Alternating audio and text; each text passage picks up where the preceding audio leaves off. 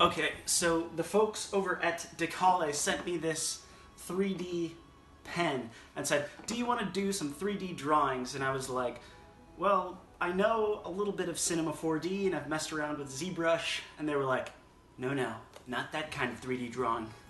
So they sent this to me along with a video of what this thing does, and basically you can sort of draw, you put these little filaments in and sort of draw things up and build them, almost like sort of building a sculpture almost. It's called a 3D printing pen. Apparently they're all the rage. So anyway, I have one now. I'm excited to see what this thing can do. I've never used it before. So first I'm going to just screw around and see what I can actually make. And then I'm going to try to make something a bit more structured, a bit more premeditated, and do a 3D version of Bill CIPHER. That's what I have planned. They've got 20 different color filaments, but for Bill CIPHER, I'm gonna do sort of a pyramid version of him. I know when you look at him, he's kind of like a flat triangle in a way, but I'm gonna do like a pyramid, three-dimensional Bill CIPHER. I'm going to try to. But before I do that, I'm just gonna mess around and see what I can actually make with this thing. But I'm really excited. Drawing in 3D. I don't know, let's try.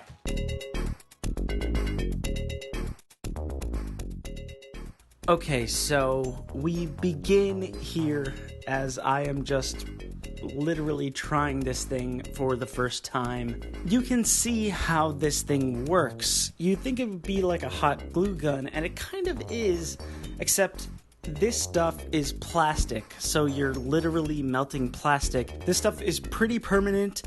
Do not put it on your skin. That would be completely silly. You don't want to do that. You wouldn't want to put hot glue on your skin. Why would you put hot plastic on your skin? That will be permanent. Anyway, I immediately wanted to move on to my Bill CIPHER thing after I got a pretty decent understanding of what this stuff was like, and it peels right off the paper, which is pretty cool.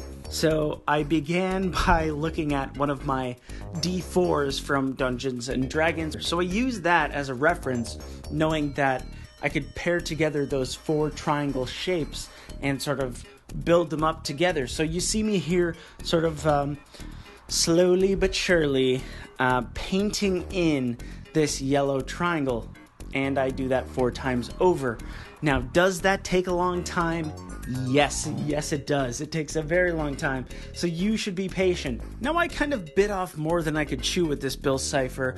I ended up with a guy that could kind of fit in the palm of my hand, but my advice for you, if you are using one of these 3D printing pens, and of course I would recommend the Dikale 3D printing pen that I was using, but I would recommend to make something smaller, maybe the size of like a silver dollar, but over time, just pop on a podcast or a YouTube channel like LuTunes, I recommend, and soon enough you will have 4 complete sides and you can get into detailing this thing.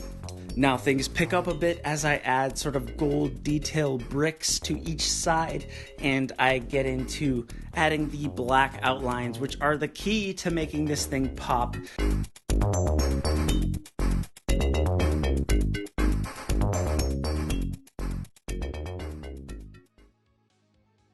I fastened this thing up with a bit of dental floss, and I am totally amped to just have this guy hanging from a light fixture in my room.